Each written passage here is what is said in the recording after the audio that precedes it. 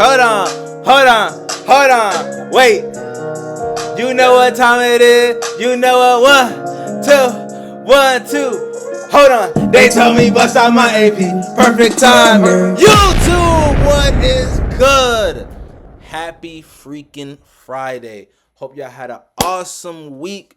And today we're going to react to microphones breakdown on Shedeur Sanders' situation. Not going to lie. This game tonight is going to be the biggest preseason game in NFL history. It's not like this game is gonna have so many freaking views, man. And Shedeur gets a shot. I ain't gonna lie, I didn't think we would see Shedeur until like probably sometime later in the season. I didn't even think he was gonna get a shot in preseason because of all the freaking quarterbacks the Browns have. Like, what are they doing? They have like 15 quarterbacks on one team. Y'all don't just need a quarterback. Gosh dang it. Gosh, y'all got other positional needs. But that's besides the point. I'm so glad Shedeur has an opportunity here and everything like that. And tonight, I think he's going to perform well. Now, we know the circumstances. We know they playing. It's a little funny. He not really getting much reps with the first team guys and stuff. We know how it's like, okay. It's all that, little mess and stuff. But I believe in this moment he will perform well. You know what I mean? I don't think he's gonna be bad out there. I think he's gonna be solid. You know what I mean? He was one of the best QBs coming out of college and stuff like that. And also, we recently got the 66 subs. Appreciate each and every single one of y'all. Fly Gang. We are really growing. You know what I mean? And if you're first time coming by, welcome to the channel. You know what I mean? Welcome to Fly Side. Welcome to the Fly Game. Appreciate y'all tuning in and things like that. But we gonna get straight into it. While you here, make sure you like, comment, sub up. We on the way up. Let's go. Shedeur is going to start. He's starting on Friday night. Browns tonight. Panthers. Now, Biggest preseason game in NFL history. Shedeur Sanders. Run and manage this offense. This NFL offseason has been a monumental one, with some huge trade requests, contract extensions, and free agent signings that could shake up the landscape Commanders of the league as a whole. with but Terry. Despite all of that, I don't think anyone has been talked Dallas about more with since Micah. February than Shedeur Sanders. As you all know by now, Shedeur Sanders fell all the way to the 5th round of the NFL and draft. We know why. We know what happened. As a top 3 pick for the majority of the offseason. It wasn't about football. Worse for him, he was drafted into quarterback hell when he was selected by the Cleveland Browns at pick number 144. Now, after a full offseason of wondering what the Browns were going to do with their quarterback room, we finally have an idea, and it's all laying on Shedeur Sanders' shoulders. So, Shedeur Sanders finally has a clear direction to an NFL roster spot, and here's where it gets really confusing, because prior to the very first week of the NFL preseason, Kevin Stefanski made a huge announcement. We got game Friday night coming up. Some players will play. We'll play Shedeur at quarterback. Yes. So Sanders was named the starting quarterback for said game, and this very well may be the biggest opportunity of Shedeur Sanders' life. I think However, Sanders he's gonna do is well, lucky man. that he's even in the spot to begin with, and let me tell you why. On Monday, August 4th, the Browns released their first of... I was like, yo, what? But that's how they listed. Well, it was unofficial, I believe, but yeah. Depth chart of the 2025 season. And as it turned out, Shedeur was in a worse position than he thought. Cleveland listed veteran Joe Flacco as the starter, which people weren't surprised by, but to quote Shedeur Sanders' father, now, Joe Flacco definitely lit it up for the Browns before, and he's the only true veteran presence in a quarterback room that so desperately needs that. Then they have former first-round pick Kenny Pickett listed as the backup, which is completely fair. He's the only quarterback in that room who's actually played a snap in the NFL other than Flacco, automatically making that his spot to lose. But during training camp and OTAs, it looked like a like they just got the worst. They just don't know what they're doing. They're just grabbing anybody they can. 3 more come on, Cleveland. In QB2 and no, I mean, that held to be true. But the question was always whether or not Cleveland was going to give their QB3 job to their 5th round rookie in Sanders or their 3rd round rookie in Dylan Gabriel. Yeah, for some reason, to this day, nobody knows. But Cleveland drafted both Dylan Gabriel and Shedeur Sanders in the 2025. Facts. It's just like Cleveland is just one of those franchises that they don't get the quarterback position. They're just never good at it, bro. They can't ever hit. And listen, I just hope, this is what I honestly hope. I hope Shedeur does well so that he can get picked up by another team, man. Like, I mean, I believe he's gonna do well anyway. But let me know how y'all think he's gonna do tonight. But I just want him to do well so he can get picked up by another team, man, for himself. Because I'm sorry, the Browns are just not one of those organizations that are good at the quarterback position. Browns fans, y'all know it's true. You know what I'm saying? So it's just like, I want him to be in a better situation for him personally. You know what I mean? So he can get a fair shot. You know what I mean? Draft. But right now it is because one of guys are out. You know what I mean? And stuff like that. Quarterback selected over the projected first-round pick, which in hindsight is hilarious because according to every report coming out of Browns training camp, Shedeur Sanders is 10 times the quarterback that Dillon Gabriel is. Still, Cleveland decided that Dillon Gabriel would be their QB number 3, making Sanders their QB number 4. And this decision only raised questions from their football community, mainly because, as I mentioned before, Sanders has been balling out during training camp, and the numbers prove it. Over the first 9 training camp practices for the Browns, Joe Flacco has completed 54 of his 92 pass attempts for a 58.7% completion percentage, with 3 touchdowns and 0 interceptions. Kenny Pickett had a much smaller sample size, completing 23 of his 34 pass attempts for 67.6% completion percentage, with 3 touchdowns and a pick. That's fine. Both of those quarterbacks were basically shoo-ins for their spot on the depth chart. But the real problem is found when you compare Shedeur Sanders' performance to Dillon Gabriel's. Gabriel got a ton of reps in training camp, logging in 113 pass attempts. But the problem is he only completed 62 of them, which is good for a 54.9% completion percentage, along with 4 touchdowns and 2 interceptions. Shedeur, on the other hand, completed a whopping 70% of his sharp 6 TDs. Nah, bro was cooking, bro.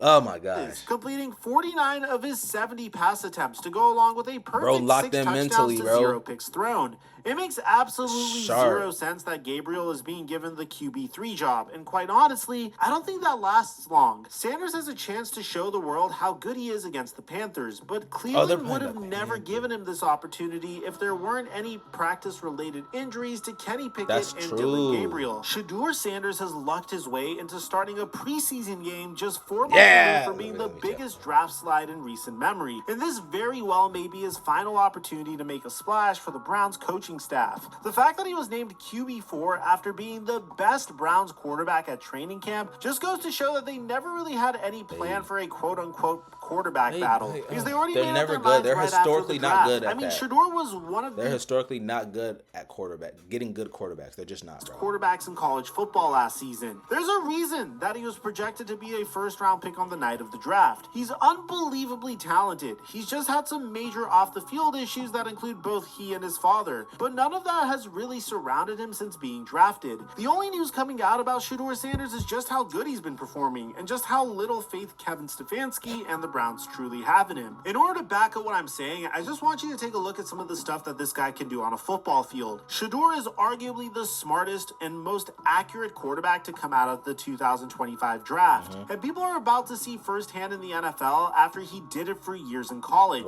Check this out. Colorado is going to come out in 11 personnel, with all but one of its weapons being lined up on the wide side of the field to its left. TCU is going to blitz 3 off the snap, but they have the wide side blitzer wrapping around the line in an attempt to tie up Colorado's pitiful offensive line. And Shedeur sees this, so he prematurely rolls out left, knowing what's coming, despite there being no pressure just yet. Now, the reason he knows he can do this and still find an open man is because all but one of the routes out on the field are on the wide side of the field, so he's going to roll out left and be in a good position to find his man on an out route on the goal line, which Sanders places perfectly off of an awkward angle. Not only does he have a great arm and a great feel for passing lanes, but he also has a very underrated ability to escape the pocket and create plays with his legs, just like he does in this play. Here, Colorado lines up with 2 receivers on each side of the field, looking to find a quick pass towards the end zone with only 5 yards to go, which is evident by the dual slants on the wide side of the field, mixed with a zig route from the slot wide receiver on the right and a bump from the outside receiver. However, the receivers execute their routes poorly, and in all honesty, it just seemed like the Cincinnati defense was all over their scheme. So Shedeur had to improvise. As soon as he saw how locked up his routes were, he stepped up into a beautiful lane created by the right side of the offensive line and looked to make something happen. He took a slow step to the left and hit the sinking Mike linebacker with a mean hesitation juke to create space and get past him. His ankles. That hesitation didn't just just fooled the Mike linebacker, however, it fooled the help defenders behind him as well. Everyone bid on that juke move, which created a lane straight to the end zone, giving Shedeur Sanders an easy touchdown after Colorado's original passing scheme got blown up. Sanders has a real chance to show this. I ain't gonna lie too, man.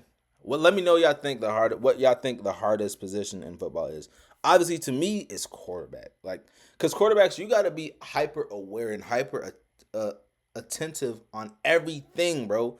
If you're not gonna be able to perform at a high level. Like, if you're not elite with reaction, you're not elite with playmaking, you're not elite at being aware with what the defense is doing, it's not gonna be good for you. You know what I mean?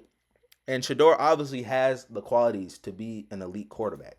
National audience and really make a name for himself. But if Shedeur Sanders balls out on Friday and he still doesn't get any recognition for it, then I think there's an even bigger issue that we need to talk about. And that's whether or not Shedeur Sanders has a real future in this league. There's a real chance that Shedeur Sanders doesn't make the Browns roster to start the season, despite being arguably the best quarterback on the team. Cleveland has a surplus of quarterbacks, and historically, teams only can carry 3 quarterbacks on their roster throughout the season. However, there are some beliefs that Cleveland could carry 4 quarterbacks on their roster this season, and that very well may save Shedeur Sanders' career if he maintains his QB4 position. So is there any team out there that has more quarterbacks than Cleveland Browns? No. After talking to a bunch of people around the league, the Browns are more likely than not to carry 4 quarterbacks on their final 53-man roster. The problem I like Cleveland fans, like, who do y'all want? We hearing the owners, we hearing the GMs and all the coaches. We don't care about what they want. Fans, who do y'all want to see? Cleveland fans, let me know. Cleveland carrying 4 quarterbacks, though, is that they just went out and signed former Ravens and Dolphins quarterback Tyler Huntley to a contract. He was good for the Ravens, man. In that quarterback room. If Huntley outperformed Sanders in their preseason game against Carolina, I remember Ty Hunt. You know, that season Lamar got injured and Ravens got to the postseason. You know, he held it down as best he could against the Bengals during that time. You know what I mean? We had some good moments in that game, but we obviously couldn't get the dub.